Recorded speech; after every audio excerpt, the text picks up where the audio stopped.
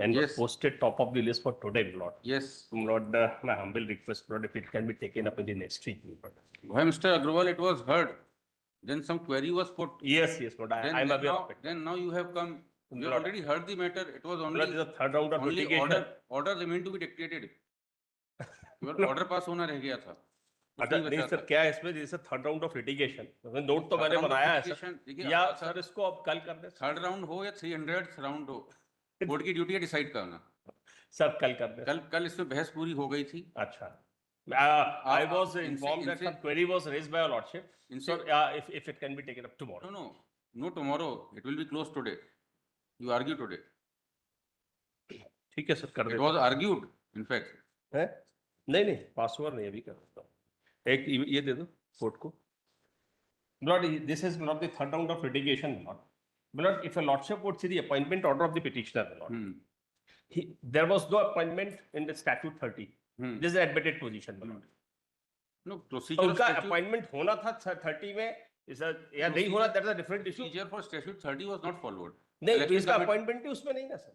ये appointment ही उसमें नहीं है. Statute 30 के अलावा और कौन सा modality है? Lord, in government colleges, your lordship know that the lectures, guest faculty is being appointed. In the government colleges also, my lord, the appointment of the lectures or the assistant professors has to be as by the PSC, because they are the guest staff.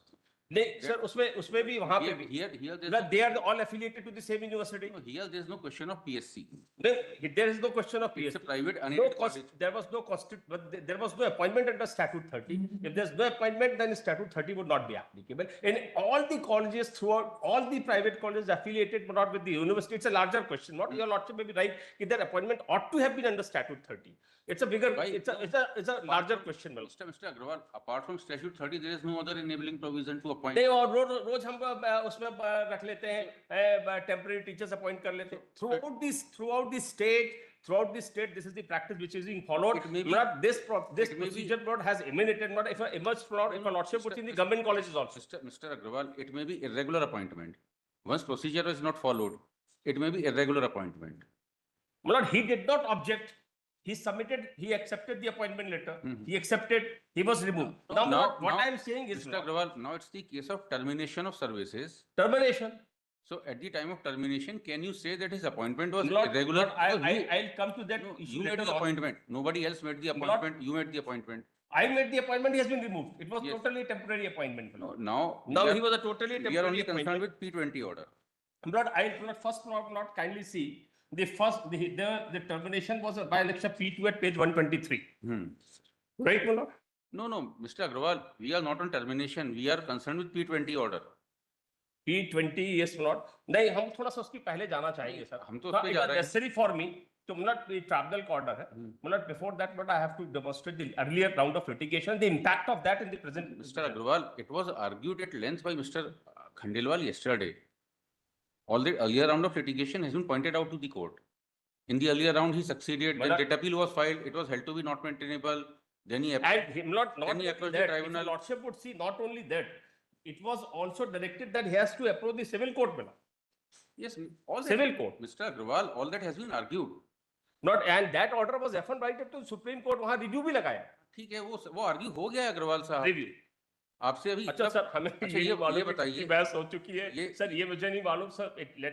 Maybe I may be repeating the same thing. It was substantially argued. One query was put to Mr. Khandelwal. He said that he needs to seek instructions. Then it was posted for today. Now a new counsel has come. It's a very unhealthy practice. Lord, I am absolutely right. I did not want to say it on your face, but it's a very unhealthy practice. And you are arguing from the scratch. It's an unhealthy practice. Lord, I am not aware. Not कल कितनी बहस हुई, ये मुझे नहीं मालूम. It's the duty of an instructing counsel to instruct you. It's not as if he has been turned away from the case by the client. He is still in the case. And you are arguing from the scratch. वो सब कल बता चुके हैं कि पहले एक petition हुई, उसके बाद इसमें ये हुआ order, then one remand order by the High Court, subsequent remand order. Lordship एक कल मिस्टेक हो गई थी मेरे से. लॉर्डशिप द्वारा पूछा गया था कि कंफर्मेशन ऑर्डर दिया गया है कि नहीं दिया गया है. मैंने लॉर्डशिप बोला था कंफर्मेशन ऑर्डर दिया नहीं गया है, लेकिन लॉर्डशिप इसमें क्लास 24(2) में डीम्ड कंफर्मेशन का प्रावधान है लॉर्डशिप. ठीक है, उसको देखेंगे। और उसमें लॉर्डशिप एक ये लिखा हुआ है कि यदि कोई डिस्प्यूट होता है लॉर्डशिप हम्म। 24/3 कल में, कल अग्रवाल साहब इनसे ये पूछा था। हाँ बताइए, अपना सेंटेंस पूरा करिए। हाँ लॉर्डशिप उसमें यदि कोई अपॉइंटमेंट में डिस्प्यूट होता है, लॉर्डशिप काइंडली सी page number exact P22 lordship,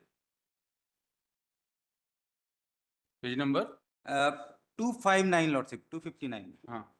इसमें लॉर्डशिप लिखा हुआ है 24/1 लॉर्डशिप देखा जाए, the principal and the other members of teaching staff except those appointed in leave vacancies on part-time basis or on temporary basis shall be appointed initially of वो probation of। आप भी वो कल आर्ग्यू कर चुके हैं, हाँ, आप भी रिपीट कर रहे हैं। नहीं, फिर ये थर्ड वाला नहीं हुआ था लॉर्डशिप। हाँ। थर्ड वाले में लिखा हुआ है कि every teacher other than the teacher appointed on part time और temporary basis shall be appointed on written contract in form prescribed in appendix दिया हुआ लॉर्डशिप में, a copy of contract shall given to the teacher, एक copy appointment की कल हमें इन्होंने argue कर दिया था कि आपके पास कोई कॉन्ट्रैक्ट की कॉपी नहीं है। नहीं लॉर्डशिप, इसमें जो ये लिखा हुआ है लास्ट में देखा जाए इन पैरा, इसी में 3/3 में देखा जाए लॉर्डशिप। मिस्टर त्रिपाठी, हाँ आपका भी आर्गुमेंट हो गया था, इनका भी हो गया था। इनसे क्वेरी ये की थी कि आपने कितने टीचर्स हैं जो कोई नहीं है सर, कोई नहीं है। पूरे स्टेट में नहीं है सर।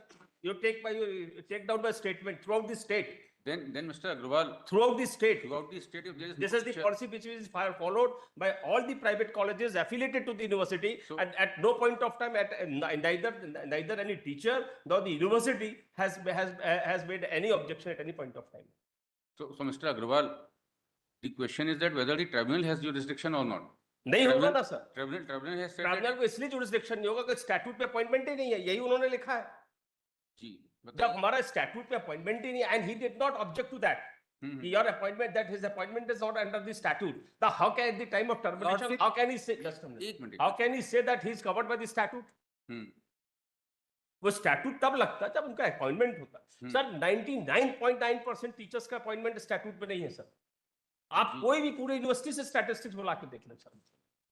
आप सर गवर्नमेंट कॉलेजेस में नहीं है, सारे गेस्ट फैकल्टी से काम करा रहे हैं। और that has been held to the matters travelled up to the high court, they have been informed. UGC has even issued instructions for guest faculty. UGC has recognized guest faculty systems. They are not being treated at par. That was an issue before the High Court. Same college, same syllabus, same students. Professors को 2 लाख रुपए मिल रहा है, इन लोग को 25,000 30,000 per day के हिसाब से जो भी मिलता है। Disparity is going on not throughout the state. Now the question is that whether the tribunal had jurisdiction or not. अगर Because we are- ट्राइब्यूनल ने सर ये लिख दिया है, Mr. Agrawal, we are not on merits of the case. Tribunal को jurisdiction नहीं है। जी। That is my submission would be, Lord. Tribunal would not have the jurisdiction, Lord. Jurisdiction clause कौन सा है tribunal? P20. The P20 is the order. Yes. Which is jurisdiction clause. Lord, there may be a prohibition for future appointments. The high courts can regulate, or the university can regulate, or not other statutory bodies may regulate. In future, you will not give any appointment contrary to a statute. That is something different. No, but Mr. Agrawal, this appointment is after the statute. नहीं, Lord, statute में किसी का appointment नहीं हो रहा sir. से जितने हैं, otherwise the situation would be all the teachers working in the college would be treated, would be deemed to be their appointment would be deemed to be under the statute. ये कैसे होगा sir? Just teachers को कोई परेशानी नहीं है। So your case is that since it was not under the statute, Not under the statute. then the authority under the statute does not have the jurisdiction. Does not have the, rose colleges appoint कर रहे हैं, रोज अलग कर देते हैं। जी। या जितने साल काम कराया जो भी है, तो how when their appointment is not in statute, the termination would not be under in accordance with the statute. It was not a contractual appointment. It was not a guest faculty. It was a permanent appointment. नहीं, permanent कहाँ sir? Permanent भी नहीं। आप if a lordship would see P1, it's not a permanent appointment, my lord. Permanent nature, but under probation.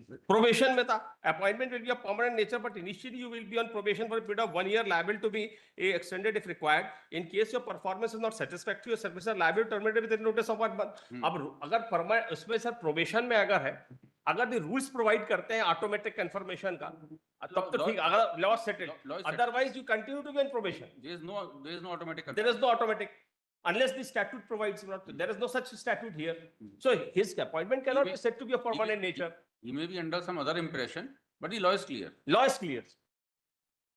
So जब उसमें नहीं है, इसलिए सर ट्राइब्यूनल ने सर यही लिखा हुआ, हालांकि ट्राइब्यूनल ने ये कहा है कि आप what your lordship is coming from your lordship that it ought to have been under the statute. Not if your lordship, I'm reading the P20 only. The tribunal's order at P2, page 231, my lord. ये उन्होंने caution किया है tribunal. Your lordship's anxiety has been taken care of by the tribunal also. I just read 233, bottom of the page. The college cannot establish its own laws and qualifications for the appointment of faculty, as these colleges are approved by AICTE, PCI, and degrees are awarded by the university. Thus, they must adhere to the rules and regulations of the regulating bodies. The appointment of the appellant in the college is not conforming to Statute 30 of the university for the appointment of teachers in affiliated colleges, and therefore the tribunal has no jurisdiction for this. So jurisdiction तो उनको नहीं रहेगा sir. Unless not their appointment is treated to be within the statute, the tribunal would not have the jurisdiction. अब इसमें sir जो earlier round of litigation में होगा civil court जा रहा है. How that can be diluted, which was affirmed right up to the Supreme Court. There's some order by the High Court in some other round of litigation. नहीं, another round of litigation में tribunal चले गए, तो ना चले जाओ. तो ये थोड़ी बोला High Court ने, ये नहीं बोला. Let the tribunal decide. पहले ट्राइब्यूनल ने ये बोल दिया था, ये जो हाई कोर्ट का ऑर्डर है सेकंड राउंड ऑफ लिटिगेशन में, एट पेज लॉर्डशिप, इसमें मेरा कहना है लॉर्डशिप एक मिनट पहले सॉरी वकील साहब का पूरा हो जाए कहना, फिर आप कहिएगा. The second round of litigation में जो हाई कोर्ट का ऑर्डर है, they have gone to the tribunal. Court की एक मर्यादा होती है, उस मर्यादा को आप भंग ना करें. वो एक एडवोकेट जब आर्ग्यू करते हैं तो दूसरे एडवोकेट भी इंटरफेयर नहीं करते, और जो वकील साहब सीनियर एडवोकेट है डेजिग्नेटेड, इनको तो आपको बिल्कुल भी नहीं करना चाहिए इंटरप्ट. ये सर ऑर्डर है 229 P19 सर. नहीं वो नहीं, वो वाला बताइए ना, वो बोलिए सब bottom 29. Otherwise, the particular decision decide करेंगे. नहीं वो था ना कि otherwise हमने वो ट्राइब्यूनल तक पाया. ये P17 if your lordship would see, page 222 में ये वहां ट्राइब्यूनल चले गए थे. ट्राइब्यूनल में जाने के बाद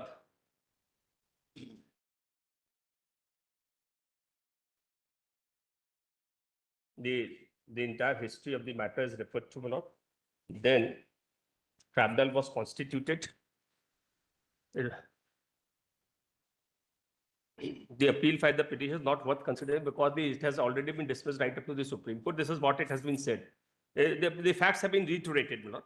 Then I'm referring to page 224. Challenging the order, it is submitted by counsel for petitioner that so far as review petition filed by petitioner before Supreme Court is concerned, the same had arisen against an order passed by the division bench of this court in WA number so and so, by which it was held that petition filed by the petitioner was not maintainable. But the petitioner was not left remedialist, and he was given liberty to approach the civil court for redressal of his grievances. It is submitted that once writ petition filed by petitioner was held to be not maintainable, then it is clear that there was no adjudication of grievance of petitioner on merits, and thus dismissal of review by the Supreme Court would not come in the way of petitioner for a decision on merits and appeal. Per contra, counsel for the so-and-so considered submissions made by the counsel for parties. The question for consideration is as to whether dismissal of review petition of Supreme Court will have any bearing on the appeal filed by the petitioner or not. सिर्फ उतना देखना था बस. Needless to mention that an order of stoppage of services was passed on so-and-so, which was challenged by petitioner by filing WP number so-and-so. The said petition was allowed against which WA was filed. By order dated, it was held that petition filed with the petitioner was not maintainable, and accordingly petitioner was given liberty to avail remedy by approaching civil court. Again, this order petitioner preferred SLP number so-and-so, which was dismissed by order dated so-and-so, and review petition was also dismissed by order dated so-and-so. The controversy before the Supreme Court was with regard to maintainability of writ petition. Once petition was dismissed as not maintainable, then it is clear that the matter was considered on civil or was not considered on merits, and a liberty was also given to the petitioner to avail remedy before the civil court. Now here also, not when this order was passed, in fact, he ought to have been relegated before the civil court. Civil court ultimately it's some other remedies. Filing of a civil some other remedy. In every case, party can always approach civil court in spite of the 226 remedy available. Unless suit is barred. Under these circumstances, dismissal of review by Supreme Court had no bearing on the appeal, which was subsequently filed by petitioner. Therefore, this court is of considered opinion that the order dated so-and-so, issued by Vice Chancellor dated so-and-so, cannot be given a stamp of judicial approval. Accordingly, the same is set aside. The matter is remanded back to so-and-so for placing it before the competent authority to decide the appeal on merits. वहाँ भेज दिया उन्होंने. अब उन्होंने बोल दिया कि चूंकि उससे 30 में नहीं है, स्टैट्यूट 30 में नहीं है, इसलिए जो है P20 में last of operative part page 234 में है. जी. The appointment of the appellant in the college is not conforming to the statute 30 of this university for the appointment of teachers in affiliated colleges. And therefore the tribunal has no jurisdiction for this. Jurisdictional issue, the tribunal has no jurisdiction. Unless and until the petitioner is able to satisfy that his appointment was under statute 30. The appeal would not be maintained. होना था sir, it's a larger issue कि उनका appointment उसमें होना चाहिए था, लेकिन अगर नहीं है, यहाँ तो सिर्फ अगर P1 कॉलेज ने कर दिया, उसमें स्टैट्यूट 30 में पूरा अपॉइंटमेंट प्रोसीजर दिया हुआ, there would be a constitution, there would be a committee, appointment committee consisting of the authorities of the university. एक आध रिप्रेजेंटेटिव इसमें कॉलेज का रहता है, बाकी यूनिवर्सिटी के रहते हैं और गवर्नमेंट के रहते हैं. अब उस हिसाब से तो अपॉइंटमेंट हुआ नहीं है. अब ये जो है सेक्रेटरी गुरु गोविंद सिंह एजुकेशन सोसाइटी ने इनको एडमिशन, इनको जो है अपॉइंटमेंट कर दिया. How this appointment can be treated to be under statute 30? कोई कंफर्मेशन ऑर्डर है आपके पास? लॉर्डशिप इसमें डीम्ड कंफर्म का प्रावधान है लॉर्डशिप. कौन से क्लॉज में? क्लॉज नंबर, वही क्लॉज बताइएगा, आगे पीछे मत बताइएगा. जी lordship, page number 259 lordship, annexure P22. हाँ, क्लॉज नंबर बताइए सीधे. लॉर्डशिप ये क्लॉज नंबर 24(2) है लॉर्डशिप. 24(2) रोमन 2 कि Indian 2? Indian 2. Work of probationer. Lordship, the work of probationer is found to be unsatisfactory and he is not informed for the same by the governing body at least 1 month before the expiry of the probation period. The probationer shall be deemed to have been confirmed in his appointment on the expiry of period of probation.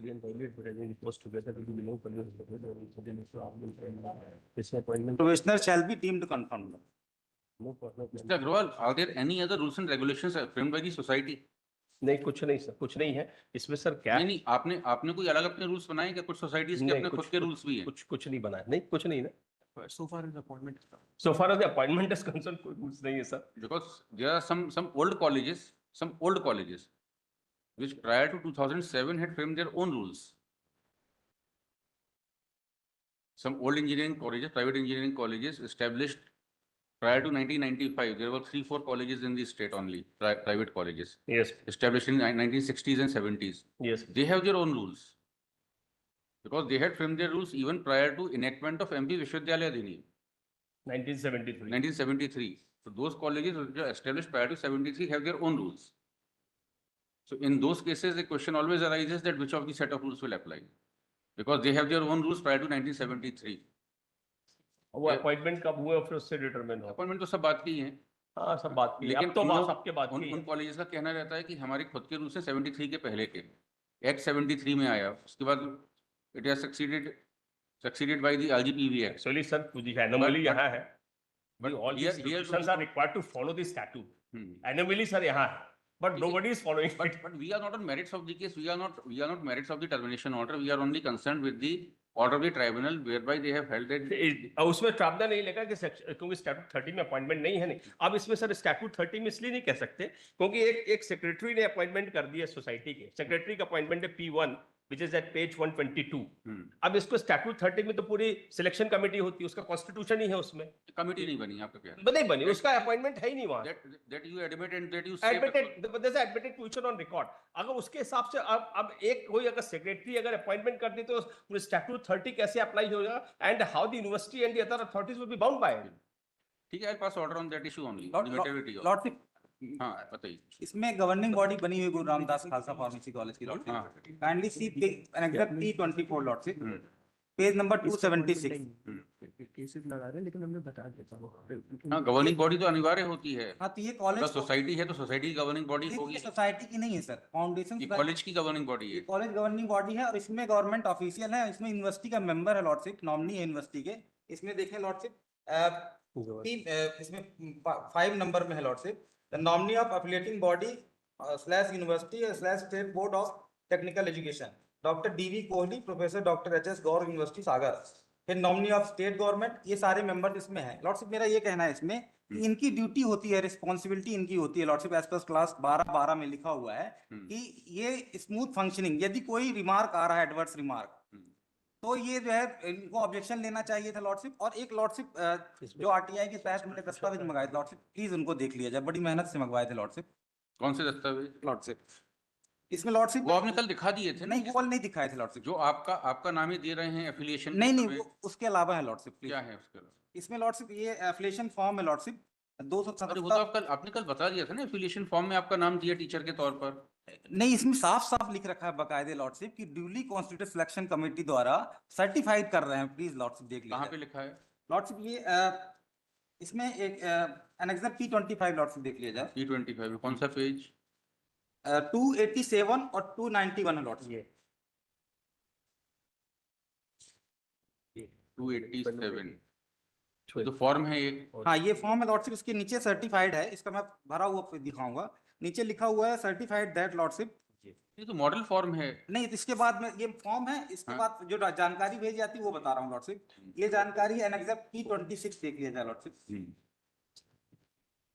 Annexure P26 जी। इसमें lordship देख लिया जाए page number 296।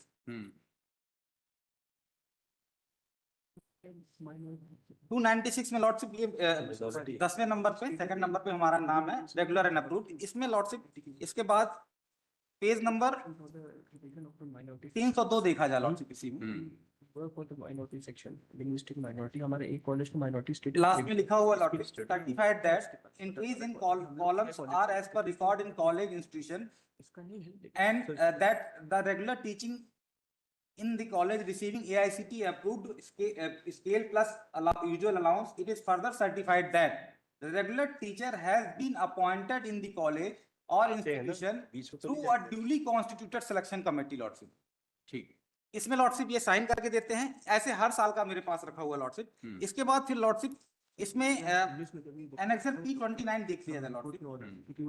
Annexure P29 में अब हम तो तब तो दिखाते ही हैं लॉर्डशिप पेज नंबर 333 देख लिया जाए। इसकी रेट पिटीशन अलाउ हो गई थी तो इसको रेगुलर पॉइंट ही मानेंगे तो उस टाइम में अभी तो हम इसमें जो सेकंड वाला टेबुलर है लॉर्डशिप, इसमें लिखा है the selection criteria and recruitment procedure for faculty. ये इंस्पेक्टर आते हैं lordship pharmacy council of India से, और ये कमेटी पूरी साइट विजिट करती है, टीचर्स को मतलब फ्लोर टेस्ट कराती है लॉर्डशिप, और उसके बाद जो टीचर्स एज पर नॉर्म्स हैं उनको अप्रूव करती है। उसके बाद जो नॉर्म्स जो टेम्परेरी है उनको टेम्परेरी करके रिमार्क करके लिख के जाती है। इसमें लिखा हुआ है whether the recruitment committee has been formed, option में लिखा है yes. Whether the advertisement for vacancy notified in newspaper, yes. Whether demonstration lecture has been confirmed, conducted, yes. Whether opinion of recruitment committee recorded, yes. और verified करते हैं, last में नीचे sign करते हैं लॉर्डशिप। इसके बाद फिर लॉर्डशिप ये PCI का हो गया। एनेक्सर P30 देख लिया जाए लॉर्डशिप। एनेक्सर P30 में लॉर्डशिप ये पेज नंबर 351 देख लिया जाए lordship.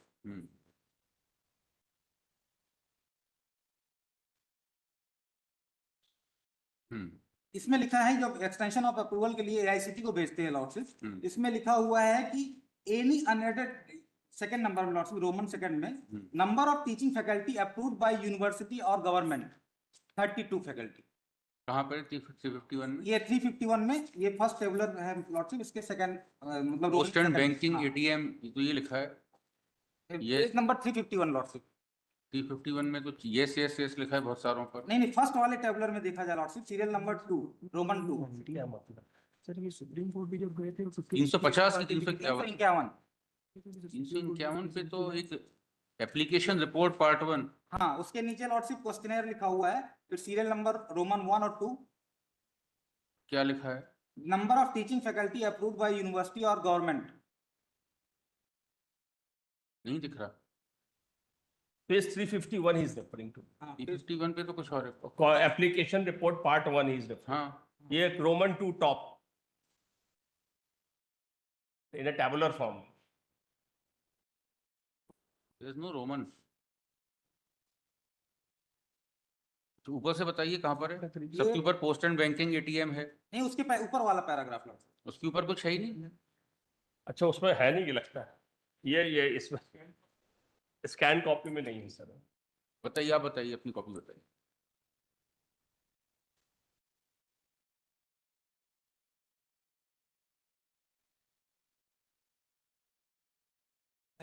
number of teaching faculty approved by university or government 32, are all the teachers as per AICT qualification as per fixed pay commission, paid as per fixed pay commission, yes. ये details सारी ऐसा कहीं भी एक record दिखा दे हमें इसमें कहा कि लिखा इन्होंने हो ये दिए फार्मेसी काउंसिल में। फार्मेसी सब है AICTE में, फार्मेसी काउंसिल ऑफ इंडिया में और इसमें लॉर्डशिप PCI में। इसमें लॉर्डशिप एक जो रिप्लाई दिया है यूनिवर्सिटी का लॉर्डशिप, क्योंकि मेरा ये कहना है लॉर्डशिप इसमें सबमिशन फाइनल सबमिशन कि कॉलेज और यूनिवर्सिटी का डीप नेक्सस है लॉर्डशिप। मेरी बात सुन ली जाए लॉर्डशिप, ये रिप्लाई जो दिया है RGPV ने और ट्रिब्यूनल रिस्पोंडेंट 1 और 2 में, इसमें लॉर्डशिप रिप्लाई देख लिया जाए लॉर्डशिप। अब बताइए ना क्या कहा। हाँ, रिप्लाई में लॉर्डशिप इन्होंने जो लेटर दिया था, जो ये चालू हुआ कि 2019 से इन्होंने, इसके पहले तो कभी आज तक ना यूनिवर्सिटी ने ऑब्जेक्शन लिया ना कॉलेज ने लिया। हमको बोल रहे हैं कि एंजॉय कर रहे थे। मुझे यदि पता होता कि मेरा अपॉइंटमेंट, क्योंकि अपॉइंटमेंट हुआ प्राइवेट कॉलेज में, ऐसे तो रख नहीं लेते लॉर्डशिप, मुझे पता होता कि मेरा अपॉइंटमेंट ये लोग बोल रहे हैं कि स्टैट्यूट 30 से नहीं हुआ, तो मैं क्यों करता, इतने साल काम करता, फिर रीइंस्टेटमेंट के बाद भी नौकरी किया 4 साल, तो मेरा तो पूरा कैरियर इन लोगों ने बर्बाद कर दिया इस हिसाब से देखा जाए। लेकिन लॉर्डशिप इसमें जो रिप्लाई दिया वो पेपर देख लिया जाए लॉर्डशिप। जिस लेटर को रिलाई करते हुए इन्होंने लिखा है RGPV और ट्रिब्यूनल के रिप्लाई में कि हम जो पत्र हमें प्राप्त हुए थे कॉलेज के द्वारा, क्योंकि हमारा तो RTI के कौन से डॉक्यूमेंट पेज पर इनके रिप्लाई की। रिप्लाई के इनके पेज नंबर 8 में देखा जाएगा। तो ये अवलोकन करने के पश्चात इस फाइंडिंग पे पहुंची है ट्रिब्यूनल, वो मैं बताना चाहता हूँ लॉर्डशिप। पेज नंबर 8 में देखा जाए लॉर्डशिप, ये लेटर लिख के देते हैं 2019 में, 6/11/2019 में, जब मैं दोबारा रीइंस्टेट होके सर्विस कर रहा था लॉर्डशिप। इसमें लिखते हैं regarding appointment under statute 30 college code year 2012 to 2015 both BE and pharmacy. ये जानकारी मंगाते हैं। इसमें क्या लिखते हैं lordship, with reference to above some of faculty members have filed court cases against termination of their services by this institute on ground of misconduct. As per the information available in the institute, following person were not appointed or confirmed as per procedure prescribed under statute 30 college code. इनके नाम लिखे हुए, इसमें B में मेरा नाम लिखा pharmacy. वही तो इनका कंटेंशन है यहाँ भी। आगे क्या लिखे लॉर्डशिप मैं ही बताना चाहता हूँ। फिर लिखा है in order to defend the case we have to prove in appropriate court that above person were not appointed or confirmed under the statute 30. Last में देखिए त्रिपाठी साहब, यूनिवर्सिटी का भी ये कहना है, इनका भी यही कहना है, ट्रिब्यूनल का भी यही कहना है कि स्टैट्यूट 30 में सिलेक्शन कमेटी कॉन्स्टिट्यूट नहीं हुई। पर लॉर्डशिप नहीं सुनिए, तो उसका प्रभाव हमें देखना है। अच्छा, इसमें लॉर्डशिप एक और बता दूं। हाँ, इसमें लिखा हुआ है kindly give us certificate that पढ़ लिया। और नीचे लॉर्डशिप लिखा है कि ये लिखा we also request you to kindly clarify as to by submitting the name of faculty in the faculty list for affiliation में। पढ़ लिया हमने, मतलब इनको खुद डाउट है। दूसरा लॉर्डशिप जिस लेटर का इन्होंने जिक्र किया है मैं दिखाना चाहूंगा लॉर्डशिप, ये दिखा रिकॉर्ड पर है ये। हाँ, रिकॉर्ड पे ये वाला लेटर नहीं है, बाकी ये है 9 नंबर पेज में लॉर्डशिप देखा जाए। इसके बाद फिर यूनिवर्सिटी लॉर्डशिप एक लेटर लिख के देती है रिप्लाई के पेज नंबर 9 में, इसका रेफरेंस देती है लॉर्डशिप। तो आप बता दीजिए ना, इससे क्या कहना चाहते हैं, आप बताइए। कहना चाहते हैं कि जो ये 2015 से और 12 से 15 इसके बीच में लॉर्डशिप, मैं जब टर्मिनेट था, मैं अपनी कैसी सिलेक्शन कमेटी में अपीयर हो सकता हूँ। और ये फर्स्ट रिक्रूटमेंट के लिए इन्होंने एडवर्टीजमेंट निकाला था। ये लॉर्डशिप ये देखिए 22 दिसंबर 2012 का है। अब 2012 में जनवरी 2012 में मेरा टर्मिनेशन हो गया। इसमें बोल रहे हैं कि AICTE का मेंबर नहीं था और ऐसी सिलेक्शन कमेटी की मीटिंग आहूत नहीं की जा सकी। तो जब मैं था ही नहीं और ये दूसरे का सिलेक्शन, आपका भी ये कहना है कि सिलेक्शन कमेटी की मीटिंग नहीं हुई। नहीं, मेरा ये कहना नहीं है। मेरा ये कहना है कि मेरे अपॉइंटमेंट 2008 में हुआ था। मेरा सब कुछ सही हुआ है, मेरे रिकॉर्ड में सब कुछ सही है। कहीं भी इन्होंने टेम्परेरी, हर जगह रूल्स फॉलो किए लॉर्डशिप। ठीक है, हम उसको कंसीडर करेंगे। Lord, I will only refer, Lord, kindly see statute 30 page 250 bill. 23 Page 250 bill, this statute, ji. statute 30, ये clause 12 bill ji, clause 12, page 250, this statute 30 Lord starts from P22 page Yes, 246 and Lord clause 12. This there shall be a governing body for the management of the college shall consist of the chairman of the governing body appointed by the foundation study from among its members so and so. you want to पूरा constitution है। अब sir इसका just next page आप देखेंगे sir, clause 14 253 पे जी 14 है, the governing body shall be responsible for the general administration of the college including clause 4 appointment promotion suspension and suspension. इतना ही बता, including clause 4 appointment promotion suspension and punishment of the teachers. The governing body is the appointing authority. Governing body, a governing body is a bigger body which is constituted under clause 12. Hmm. इसमें AICT का member होगा, बहुत बड़ा constitution दिया है, university के representatives होंगे, college का होगा, nominee of the state government होगा. It's a very bigger body. Representatives of various persons. So that means you mean to say that the appointment was not by the governing body? Not by the governing. और governing body का appointment ही नहीं clause 12 से, तो clause statute 30 के हिसाब से appointment ही तो लगेगा कैसे? वो हमको करना था स्टैट्यूट 30 के हिसाब से, नहीं किया, दैट्स अ डिफरेंट इशू. ठीक. Yes, लिखिए arguments heard. Reserved for hours.